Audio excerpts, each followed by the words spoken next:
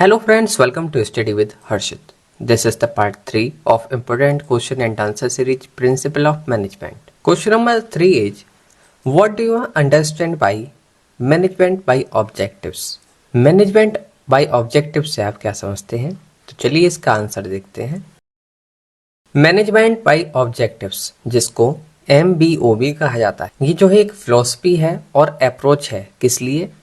To organizational management that emphasizes the setting of specific, measurable, achievable, relevant and time-bounded objectives और गोल। ये है हमारी organisational management के लिए जो एम्फेसाइज करता है सेट करने के लिए स्पेसिफिक, मेजरेबल, अचीवेबल और रेलिवेंट, साथ ही साथ वो time bounded objective based goal हो। ये हमारा मैनेजमेंट बाई ऑब्जेक्टिव होता है इन सिंपल लैंग्वेज।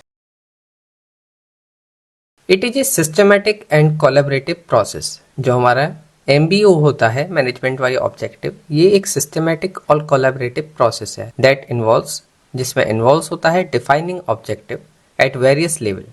आपको डिफाइन करना होता है ऑब्जेक्टिव अलग अलग लेवल पर ऑफ ऑर्गेनाइजेशन, अलाइन करना होता है विद द ओवरऑल ऑर्गेनाइजेशनल गोल। जो हमारा मेन ऑर्गेनाइजेशनल मोटिव है उससे अलाइन करना होता है and using them as a basic for planning, monitoring and evaluating performance. आपको साथ ही साथ उसकी प्लानिंग, उसको मॉनिटर करना और उसकी परफॉर्मेंस को एवेल्युएट करना। जो आपने प्लान करा है उस तरीके से काम हो रहा है या नहीं। अगर कहीं पर आपको इम्प्रूवमेंट की जरूरत है तो आप जो है एवेल्युएट करके परफॉर्मेंस को वहां पर आप पता लगा सकते हैं।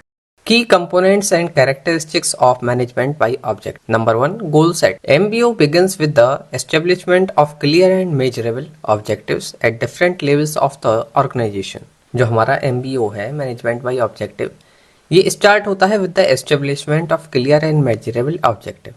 सबसे पहले आप जो है clear और measurable objective सेट करते हैं different level of organization में। ये जो objective है ये जो है specific, अटेनेबल और अलाइन होने चाहिए ओवरऑल हमारे गोल के साथ में और मिशन ऑफ द ऑर्गेनाइजेशन। जो हमारा ऑर्गेनाइजेशन का मेन गोल है उससे ये अलाइन करने चाहिए, उसको हेल्प करने चाहिए अचीव करने के लिए मेन गोल को। नेक्स्ट है हमारा participative decision making. MBO encourages participative approach to decision making. MBO जो है मैनेजमेंट बाय ऑब्जेक्टिव एनकरेज करता है पार्टिसिपेटिव अप्रोच, किस लिए? डिसीजन मेकिंग के लिए। Managers and employ collaboratively set objectives, fostering a sense of ownership and commitment among those responsible for achieving the goal.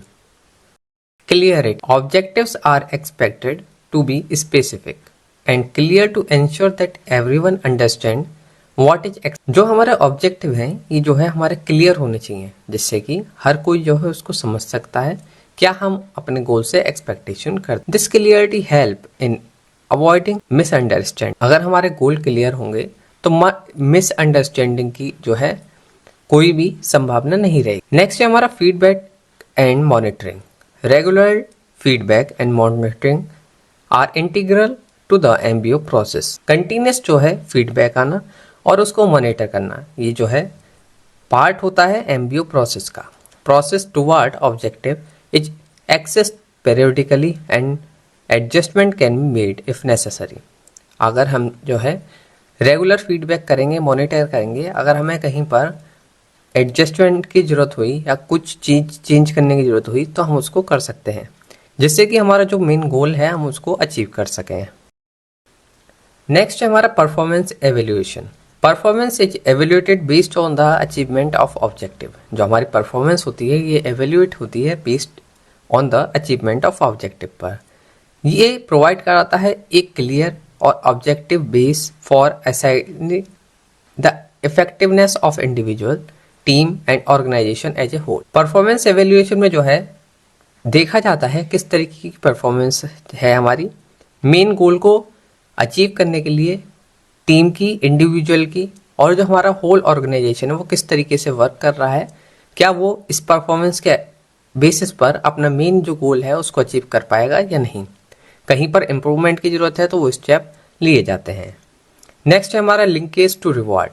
MBO often involves linking performance and goal achievement to reward employees who successfully meet and exceed their objective may be rewarded creating incentive for higher performance. जो हमारे employees होते हैं वो अपना काम अच्छे से करते हैं तो उनको जो है रिवार्ड भी दिया जाता है। नेक्स्ट है हमारा continuous improvement. MBO management by objective encourages A focus on continuous improvement. जो हमारा मैनेजमेंट बाय ऑब्जेक्टिव होता है ये एनकरेज करता है focus on continuous improve through regular assessment के थ्रू, फीडबैक के थ्रू, और organizations can identify area for improvement. Organization इसकी हेल्प से जो है आइडेंटिफाई कर सकती है किस एरिया में हमें इम्प्रूवमेंट की जरूरत है, एडजस्ट कर सकते हैं अपनी स्ट्रेटजीज ऑब्जेक्टिव अकॉर्डिंगली। नेक्स्ट हमारा top down and bottom up communication.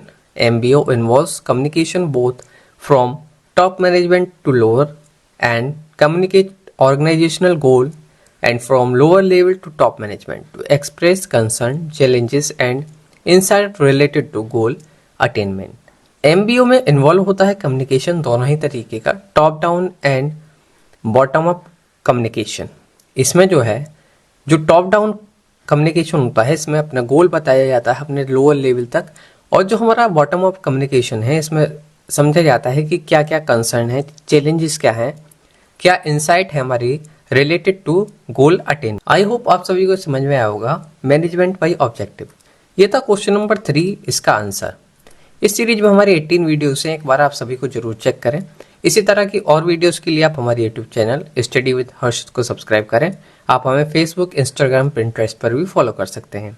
Thank you so much for watching this video and all the best for your exam.